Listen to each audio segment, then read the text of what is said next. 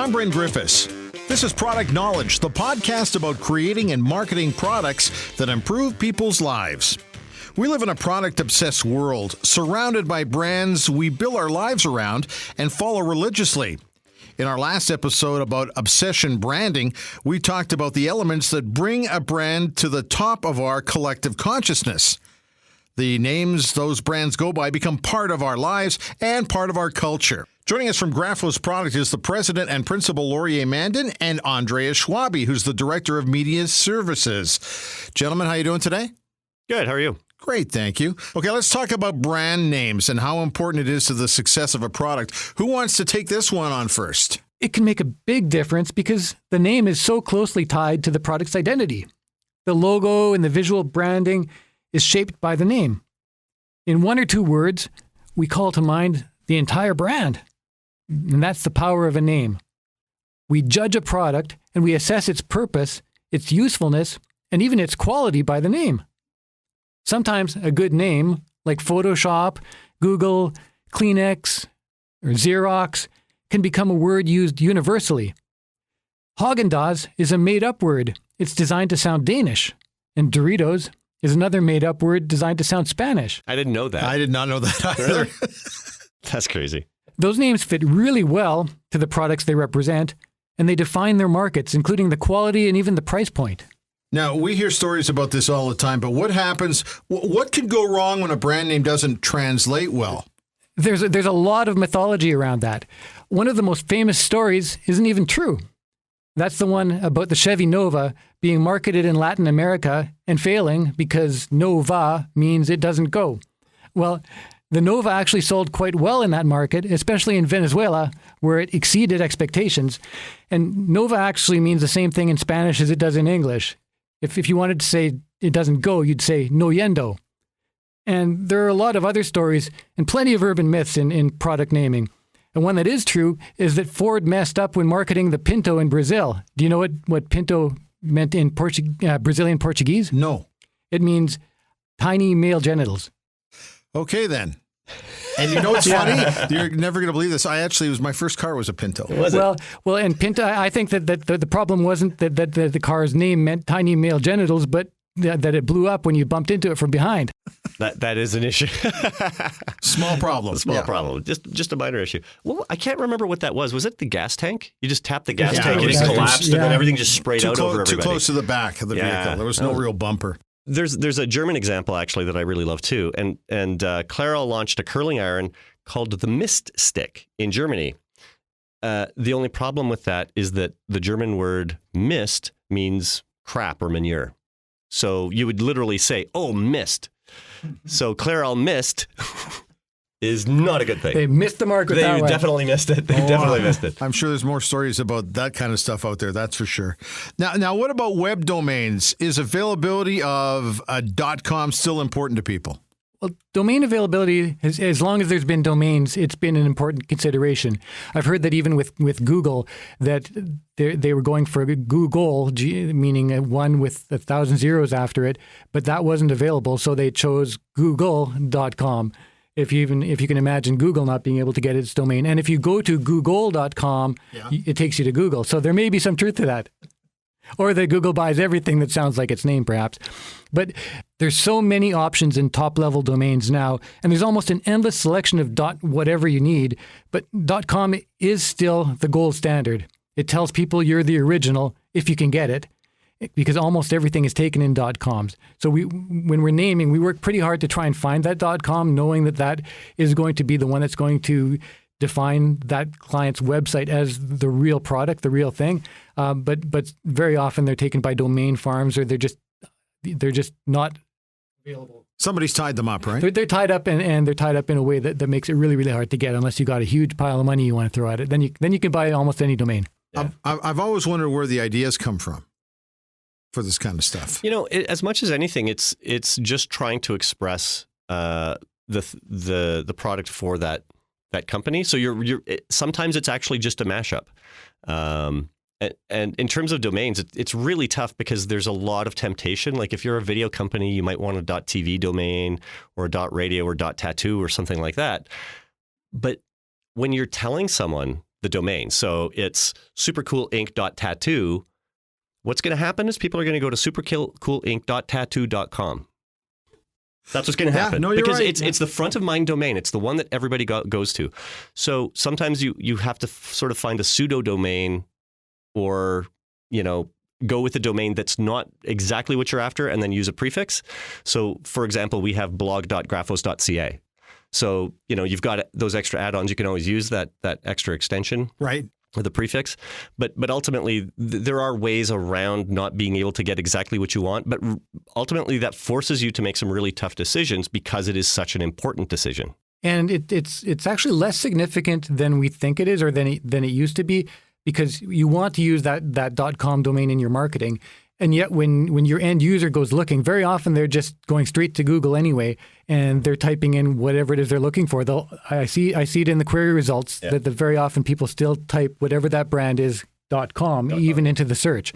Mm-hmm. So it has some value there, but generally somebody who's looking for you is going to find you as long as you're well indexed. Well, even in the name registries, like when you're doing a search, so if you're looking for a new domain, the first domain it shows you as available or not is .com. And then it'll show you all the other options. It's because it's what everybody wants, and it's what customers still expect. And if you show them two domains and one is the .com, they're going to presume that the one that's the .com is the real McCoy. Yeah. Now, the question that I have is, it's one thing to talk about .com or .ca or whatever you want to say, but people rack their brains trying to come up with names for their particular company or whatever their brand is going to be. Wendy's, for example, a great story about Wendy's, right? Yeah, it's the founder's daughter. His name was Wendy, right? And not that matters at all to any of the customers. That's who the little girl in, I guess, the old logo now was. It was a representation. Is she still in there? I think she is. They've just got a new cartoon of her, right? I think so. Still red hair, though. Yeah. Mm-hmm. Right? Yeah. You've got to see this all the time, though. Sometimes people spend so much time trying to coming up with their name, and it's right in front of them. Starbucks is another classic example, right? In Seattle? Yeah, it's Moby Dick. Yeah, it's a character in Moby Dick. And I remember reading somewhere in Starbucks literature that character loved coffee. And so I looked that up, and no, there's actually no reference to coffee in all of Moby Dick. There's no, it's not there. But, it's the ubiquity of the name. It's, everybody, most people, or at least Americans, have read Moby Dick because they have to. And so when you have a name that's as ubiquitous as something like Starbucks, and it has that sort of West Coast trippiness to it. Must have had another choice, because people don't just go in with one name, because what happens if you do the search and you can't get it? Oh, you absolutely. We'll talk a little bit about that process in a minute. But, okay. But names can come from just the strangest sources, like the name Bluetooth, for example. That comes from the 10th century king of Denmark and Norway. I think it was Harold Bluetooth. And actually, the symbol of the Bluetooth symbol is the runes that is the symbol for his name. Really? Yeah. And that's a really odd case for a technology company, right? Yeah. Yeah. It's just sort of myth. Well, history, really, not myth. So anyway, here we are. We're talking about brand names, and we've heard all the stories about people that just they can't come up with a catchy name for their company or what's going to stand for their beliefs, that type of thing. So I think one of the things that's pretty obvious is brand names can come from pretty much anything, but what about naming something on a trend, like adding Uber to whatever the product is? Is that a bad idea? It's a terrible idea. It's uncreative. You're just being a copycat, and yet that's a request we get quite often. Is really? Can you make it sound like this brand? Ask us what we really think, Bryn. Uber's a good example, and so I think the only solution to that is to come up with better ideas that show more uniqueness to the client, because very often they want to see that Uber version of their logo and their name and that type of thing. But it's also really dangerous. It'll date you to associate yourself with a trend, because everybody will think back to the time when everybody had Uber in their company name, if that's our example. And you might also get a cease and desist order from Uber if whatever you're doing is too similar, because you're walking onto registered trademark territory. Naming's a long-term commitment, so I would tell people, ignore the brand naming trends, at least to the extent that whatever you have is something that if this brand takes off and is really successful, which is what we're trying to do, that in 20 or 30 years, people are still going to like saying it, and they're not going to think, oh, that harkens back to a time when everybody was using names like that. What other considerations do you look at, too? A good name needs to be easy to read, easy to pronounce in all of your target markets. So not just at home where you live, but it needs to be those things wherever you're going to be selling that product. So it shouldn't be mispronounced or sound like an unsavory word. I remember in the 80s, an old commercial for the brand Seco paints. And in that commercial, they had a guy saying, it's Seco, not, and then they'd bleep out him saying the two other ways, which is Sicko or Psycho, that you could say that brand.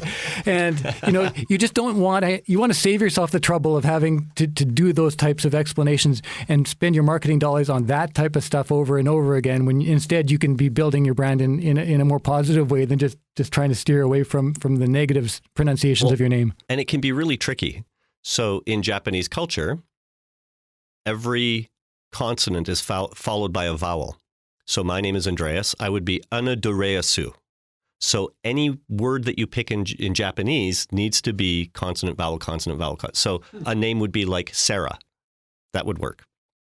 And that makes it pronounceable to the Japanese. That's why baseball is a besabaru, because there's always a vowel after a consonant. So that's one culture. When you're doing a larger launch, you need to know exactly where your products are going, who's going to be using them and saying them, and then that's where the work starts. So you need to know where you might grow into, and for some products, the goal is never to go to Japan, or we'll cross that bridge when we come to it. And if that's 5 or 10 years down the road, that might not be a bad decision, because you might be spending a lot of extra time and money planning and strategizing something that probably will never happen. So you have to know if that's one of your possibilities, then let's think about how this is going to play in those target markets, or at least have some indication of whether or not you're going to be doing that. The name also has to be unique enough to the category it's in that it can be registered as a trademark in all of those markets without violating the existing ones. So that's, beyond the pronunciation, you need to think about what else sounds like that, what else uses that name. With really common words, that's a really big challenge, on top of the fact that you never get a simple .com domain. If you come up with something that's easy to say and easy to pronounce, and it's a word that everybody knows, that .com is probably taken. And especially if you're registering a trademark in the United States, there's a very good chance that there's 3 or 4 or 5 things already registered, with maybe a dozen things with that name, depending on how common it is. I work on a smaller scale with mine, and it's a .ca as opposed to a .com. Have I made a mistake? I'd say not. And it's interesting because the .ca domain is only available in Canada, so it can be really useful if you're branding a company to be specifically Canadian, and our country has a good reputation here in Canada. There's good reasons to do that. It's not really a domain that's well known outside of Canada. So if you ask most Americans, they'll say, "Oh, that must be California, right?" Yeah. And that's not necessarily a bad thing to a lot of brands either. But you'll also find, again, that when people are looking for your company, if they're looking outside of Canada, they'll probably be looking for the .com first. And as long as you're well optimized online and they're going to find it doing a search of your company name, the product name, then you're probably not going to have a big problem with that. Yeah. Like a .ca domain is it's a bit like putting a maple leaf at the end of your logo. Sure, I guess. It's that kind of thing. It's, hey, proudly Canadian. Those local or regional domains actually have some utility. The thing to avoid is .ab.ca, because now it's just extra stuff and no one knows what an Alberta is in Canada. Right. That it just becomes it's just more extra stuff to make a mistake with. Yeah. There's a lot of those old ones out there, but in order to buy a .ca domain, you have to be able to prove that you either live in Canada or you have a company registered in Canada.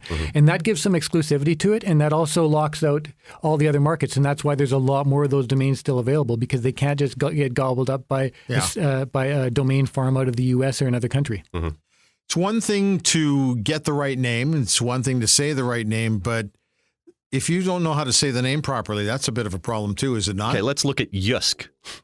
There's no vowels. Jysk. The first time I looked at it, I'm thinking, oh, Danish, Jysk. But can you imagine deciding to market that in North America? Yeah, where my parents grew up. Yeah. And where we visited as kids to visit family, it's 50 kilometers south of the Danish border. We know what Jysk is. So you have all those kinds of issues. Everyone just says Home Depot. No one says the Home Depot. Who cares if you say Nike or Nike? Now, that's actually a little different because people will lose their minds over Nike. Yeah, Nike fans will get upset with you. Yeah. But, I mean, a quarter of the population probably says Nike, right? Yeah, exactly. But also there's a big difference between continents, too, because over here it's Adidas and over there it's Adidas. Adidas. Yeah. Right? Yeah. And people will get upset about that, too. Absolutely. The other sort of example of not getting the name right, I don't know, about 10, 15 years ago, I started to notice everyone stopped saying Kentucky Fried Chicken. It just became KFC. And now it's KFC. I mean, the brand followed the customers. Everyone stopped calling it Kentucky Fried Chicken, so they just went, well, everyone's calling it KFC, we'll do that. Yeah, but wasn't that because people were afraid of the fried word? Yeah, fried's a dirty it word. solved two problems, right? It gave them a nice short name. People were using it, and it allowed them to escape from fried, especially at a time when that was death in the fast food world. Yeah, exactly. That was the word everybody was trying to get out of. I prefer to avoid acronyms. You know, I think we haven't actually talked about this. You know, I've always had an aversion to acronyms. I think that they're meaningless in most cases. Consumers have trouble attaching meaning to them and retaining them because your new acronym will not. Either you're going to teach consumers what it stands for, which is a big exercise, or you're going to hope they're going to remember a meaningless string of letters, which is even harder. So the ones like UPS that we do know, they stick in our minds because we've been hearing those ones and we see them on trucks and they're ubiquitous. And that tricks people into thinking, you know, because KFC and UPS can do it, that it might be a good idea for my brand too. Yeah. But usually it's not. You're not going to remember, especially with you know, when a business is in startup phase launching a new product, the last thing you need is to create a battle for yourself that is, how are we going to get people to remember this acronym? Yeah. What about BP? I think, you know, Boston Pizza had to come first, right? Well, yeah. Absolutely. Yeah, that's actually a good question because when you said BP, I thought British Petroleum.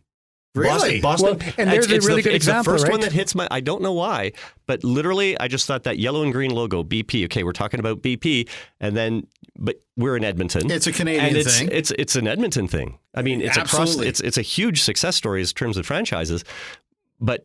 You know, again, that's the risk of an acronym. Yeah, There's no. two BPs. You're right. One is Boston Pizza and one's British Petroleum. So that sort of illustrates the example. Great and that's point. totally accidental. So the real name is always better than an acronym. It's going to give you something that you can stick meaning into. And I'm shocked how many people don't know what UPS stands for. Like I've asked Really? a few people, they have no clue.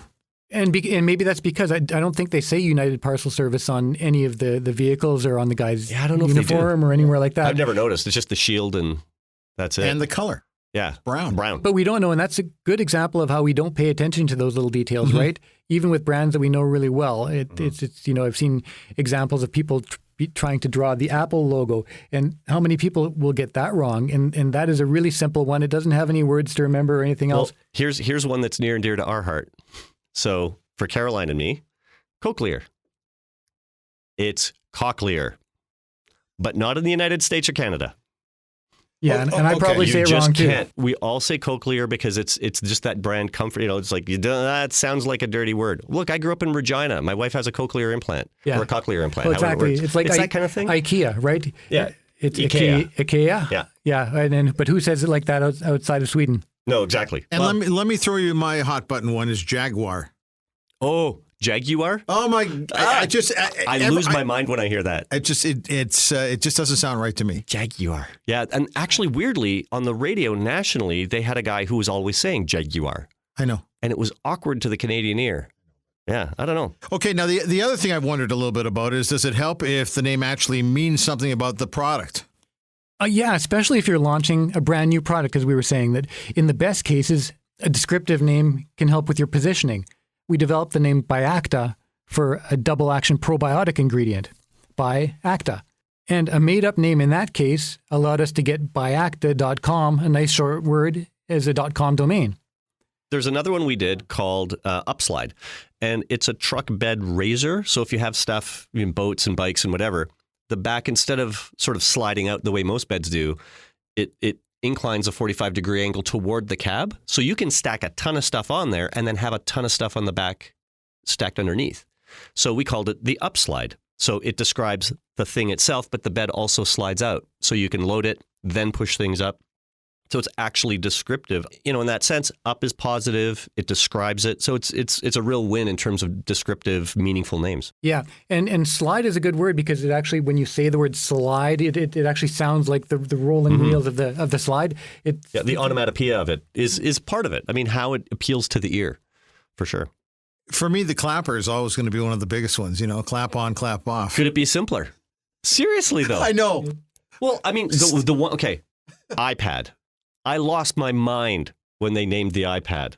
I was one of those people who put pictures of a tampon with an Apple logo all over my social media. It was so ridiculous. And now Bryn is using an iPad, and that's totally normal and natural. Yeah, in that case, I think the product It superseded the absurdity of the name. Even Steve Jobs apparently freaked out on that one because he thought after the launch, because of the reaction that people, the overall reaction, he thought this one is going to flop. People are not loving it, and then it transformed that industry too. So, I think sometimes you can't say that's a great name just because.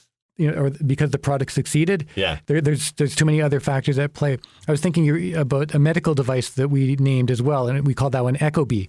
And that one made sense to its audience because it is detectable by echo, which is what ultrasound is called by people who work in that industry. Mm-hmm. And so it's EKOBI, and that's the name of this these microbeads. And the beads are actually really small. They're like 100 nanometers. Or micrometers, and echo and bee, and the bee part just sounds like a bead, and it's got that auditory association with echo and bead, and so it all sort of comes together. And sometimes it just sounds right. Amazon was going to be called Cadabra, was one of the Jeff Bezos' names that he proposed and he talked to. His trademark agent, and I think it was his lawyer, and the lawyer thought he said cadaver. Yeah. And so that nixed that idea, and they ended up going with Amazon. Amazon sounds right. Whether or not it's the longest river in the world, or if you see the little smile joining the A to Z because they have everything from A to Z, Amazon sounds right to the market. Yeah. No, but you just gave the look up. I didn't know that. I didn't know that. I did not even see the A and the Z. And because often that stuff doesn't matter, but it helps in the branding. It helps the people behind the brand to understand the message they're on. A to Z. Right. I better do that just so we're not getting letters or emails or whatever.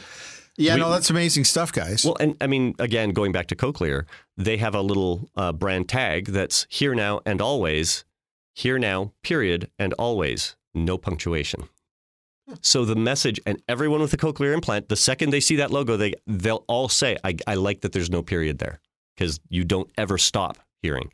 And it's those sorts of messages that for certain audiences can be really profound. They can be very meaningful. And it gives your customers something to attach to. Yeah, neat that you noticed that, being a nerd, because I remember pointing that out to you and you said, that people notice that. And I was surprised. I thought, no, I noticed that. No, the deaf and hard of hearing actually really get it. It's pretty cool.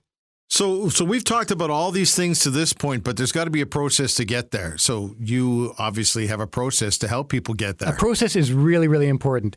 And having one that you've used many times and you know is logical and systematic, those are the ways to actually build confidence in the client and to also know that we're on the right track rather than just being kind of scattershot with it. And that's very often how people name things if they're not really focused on naming their product. So we always start with strategy and research. We need to know everything we can about the product. We need to understand the product through the people who are going to use it. We'll come up with a huge list of names. And you kind of naturally get your favorites. Like you get some that are just sort of, they tickle your brain a little or whatever. And then you're going through and that already exists in Taiwan or that domain is taken. And, there's sort of this natural attrition of ideas. For example, when we were doing ecobee, we were looking at Japanese words because some Japanese words, they didn't have a particularly bad connotation, but you want to be cautious because it's going to be a global product. I mean, this is a product literally for the world. So you need to be really attentive to every market possible. And so you just sort of put in searches in all these language databases and just try to find if it's a mistake or not. Yeah, and that part can be really hard because very often we'll find something that we think is just incredible, and we realize that that name is registered as a trademark by some company that really hasn't used it on the market. And it's a big world we live in with a lot of different places these names can be used and registered. So there's always a few of those experiences along the way. People come in. Do people come in though, and they're closed-minded in terms of this, or do you have to kind of open the door a little bit and say, "Look, that's a great name that you're suggesting. However, let's go through the process here and see whether or not you still like that at the end of the day." There's got to be a few people like that. Yeah. People often have mindsets that we need to at least help them to break out of or to see around. And sometimes just by uncovering a legal reason why they can't use that name is good enough. And other times it takes a little bit more thought and selling. And if they're right, and there have been times when we've done naming products with the client and that name that they had on their list is the one that's selected, I don't feel bad about that at all, because all we're doing is validating that we've thoroughly examined hundreds of possibilities. And darn it, they were not only a good inventor, but they also had the right name on the tip of their tongue right from the start. And that's vision. Sometimes that happens, and it's great. Okay, to put a bow on this then, how do we sum this up? Obviously, this is something that has to be really cultivated. It's a long-term commitment, and it's something that, as we said, the name is how people, even more than your logo, it's how people are going to think of and tell others about your product. So it's one of the most important things. Hey, that's it for this episode of Product Knowledge. Knowledge. Name it right. Graphos, you can catch us on Facebook, Instagram, LinkedIn, and Twitter at Graphos Canada. You can also visit our blog at blog.graphos.ca. We'd love to hear from you too. Subscribe, like, or leave a review to the podcast or share it with a friend or colleague. Just drop us a line at productknowledge@graphos.ca. Product Knowledge is the podcast about creating and marketing products that improve people's lives. Thanks for listening. I'm Bryn Griffiths.